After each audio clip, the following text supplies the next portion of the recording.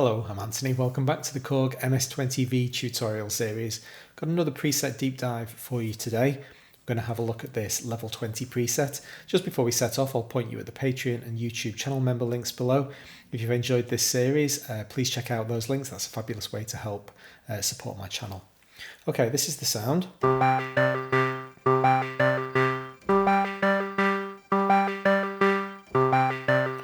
Very clearly a sequence going on, but there's tons of really lovely little bits of sound design in this preset. I've really enjoyed deconstructing it.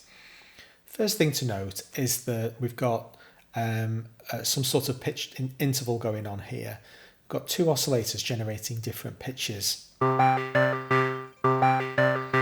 If we have a look over at Oscillator 2, you can see that Oscillator 2 is tuned up by 7 semitones. That's a perfect fifth. So when I'm pressing this C on the keyboard, Oscillator 2 is generating basically a G above. That's going to make deconstructing this preset particularly difficult, so we're going to throw away half of the sound before we even start. I'm going to throw Oscillator 2 away. We'll come back to it, don't worry. Now that I've done that, we can hear a little bit more clearly that there's other stuff going on in the background as well. There's a very high kind of otherworldly UFO tinkly sound. There it is.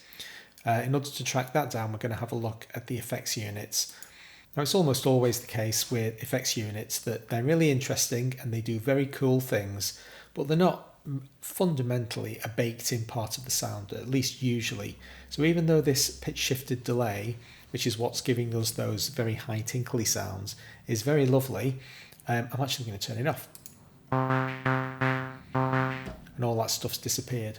While we're here, we can basically see that we've got a reverb, a bit crusher, which is crunching, basically like distorting the sound. Quite subtle. And then a parametric EQ shaping the sound. We're not particularly worried about effects. We want to figure out what's going on, particularly with the patch panel. However, we are going to have to spend some time talking about the sequencer because, as we can see, we've got a couple of outputs from here. Channel A and C are both in use. Now, as is normally the case, channel C is taking care of the pitched information. You can see that it's set to pitch mode, but we've actually got a cable plugged in, and that means that the standard keyboard CV output isn't in use. The synthesizer is taking care of its own control voltage pitches. That's something we're going to have to concern ourselves with. We've also got an output coming from channel A, and this is going into the low pass filter cutoff frequency, so that's going to be having some sort of tonal effect. Just move the sequencer out of the way so that I can get to my tempo control. You can see we're currently set to 84 beats per minute. I'm going to pull this down so that it's nice and slow. Set it all the way down to 30 BPM. Really lets us fine-tune our ears to what's going on with the sequencer.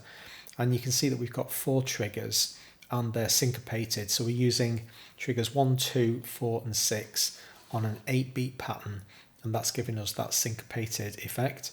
So we're only interested in the channel strips for the corresponding triggers as well. Now here's a funny thing. When I press this C on the keyboard, all of those notes are coming out at the same pitch. There's some sort of tonal variance to the sound, but they're all actually the same pitch. That's because the cable coming out of channel C is plugged directly into VCO2 control voltage in, which means that only VCO2 is having its pitch modulated by these sequencer offsets. What VCO1 is basically doing is firing every time the sequencer generates a trigger, but it's not getting any pitch instruction. So the pitch that we're hearing is coming from the note that I'm pressing on the keyboard. So I'm just going to run up an octave. That's fundamentally the sound that you're hearing. There's no additional control voltage offset being applied to that tone. I'll speed it up again. And now we want to focus on those tonal variances. Where are they coming from? Well, that's where channel A comes in, because that's plugged into the cutoff frequency. Now, I can't just take this away, because as we know, this sequencer is semi-modular. So if I take that cable away, it's not going to suddenly disable the low pass filter, it means something else is going to take over the modulation instead. If we have a look over at the low pass filter, you can see that when the patch bay is not in use, when these external connections aren't plugged in, something else does, takes over that heavy lifting. And in this case, it's the EG2. Well, we know that envelope generator 2 fires every time there's a note trigger, so it's not going to do any good simply taking that cable away. We get a different kind of tonal effect because now that it's the envelope that's generating the modulation for the low pass filter. I'll put that cable back in and we'll try to figure out what it's actually doing. So here's our modulation amount. I'm going to crank it up to maximum.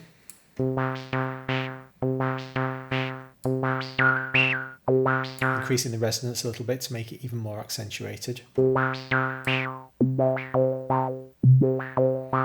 modular synth is just fantastic to play with. It seems like almost every knob does something amazing. We've got these 4 different channel strips, 1, 2, 4 and 6. And as you can see, we've got different control offsets for those 4 channels. So we're at -9, 0, 0 and plus 0.4. Those additional modulations are being fed into the low pass filter. That's what's creating the variance that we're hearing. I've just accentuated it by turning all the knobs up slightly, but this is where it's coming from.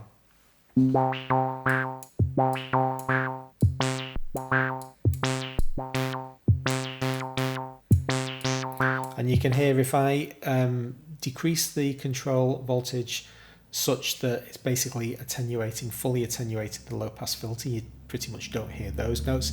If I crank it up too much so that it's going past the maximum cutoff frequency, that stops having an effect as well. But we've got somewhere in the sweet spot between kind of 10 o'clock and 2 o'clock where we get the interesting stuff. Okay, cool. I'm going to throw all of those changes away, get back to our standard preset, and I'll just turn the effects off again. Get rid of Oscillator 2. Okay, it's pretty obvious there's something going on with the noise generator. Let's have a look over there. We can hear, that wind noise is coming from the noise generator. And sure enough, we've got a cable coming out of the white noise generator. And it's going through the external signal processor. So remember, this is basically just like a tonal processor. It takes an external feed. This time it's coming from the noise generator.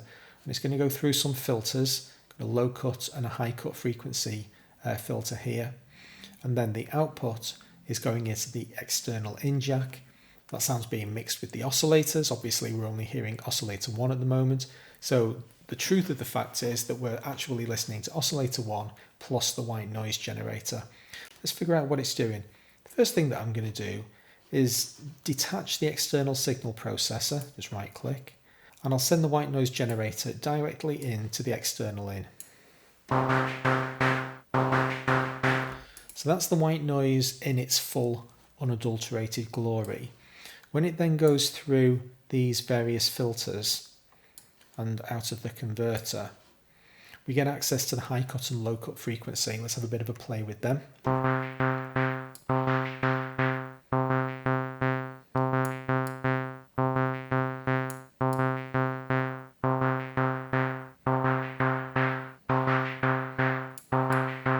So it's only really the very upper end of the high cut frequency where we're getting tonal cut.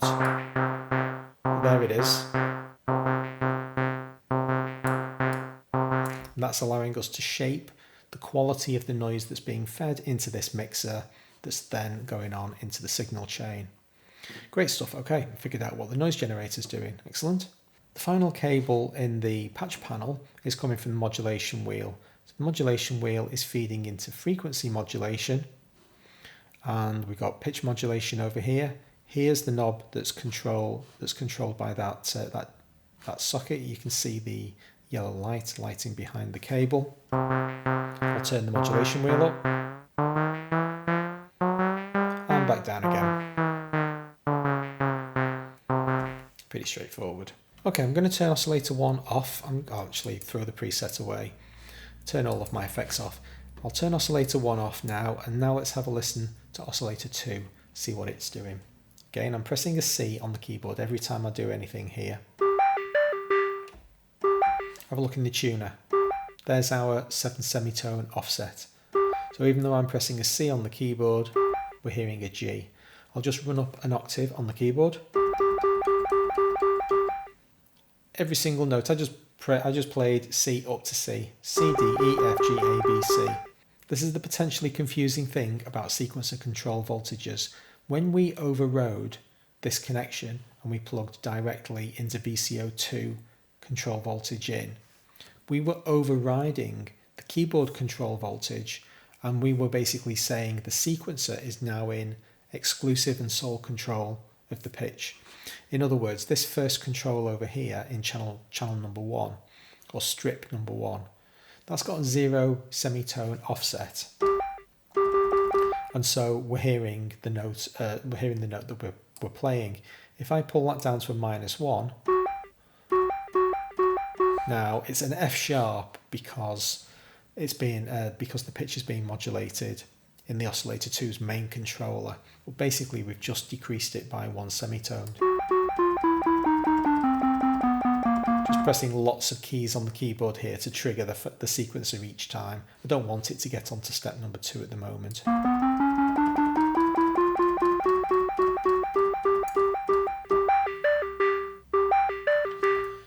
So only one of the oscillators is actually keyboard control voltage enabled. That's Oscillator 1. Oscillator 2 is constant in the background. Let's turn them both on for a moment and just have a listen to that. So there's me playing a C. Now I'm going to play an F. Do you hear the underlying second oscillator is still, pointing at the camera, the underlying second oscillator is still playing the same set of pitches. Oscillator 1 has increased from the C up to the F. So this is the freaky thing with semi-modular synthesizers. When you override a control, when you override one of these defaulted or normaled connections, you get all sorts of potentially unexpected behavior. With the exception of the different impact that the sequencer is having on the two oscillators, fundamentally the patch panel in all other respects is performing a similar operation. So here's our cutoff frequency.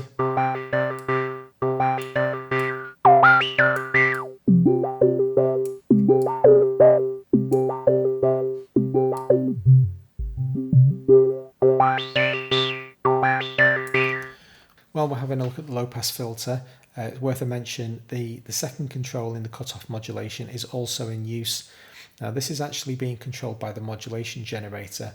We know that because the overridden connection in the patch panel, total external, doesn't have anything plugged into it. So we know that it's the modulation generator imposing this modulation, but it looks like the modulation generator isn't doing anything. It's just the fact that this control is set to minimum. If I turn it to 12 o'clock, you can see that the light is flashing. It's actually in sync control. This little red light is telling you that we're in sync mode. There we are. And we're operating at 1/8 speed. If I pull that down, you'll see that the speed halves. So what's this doing?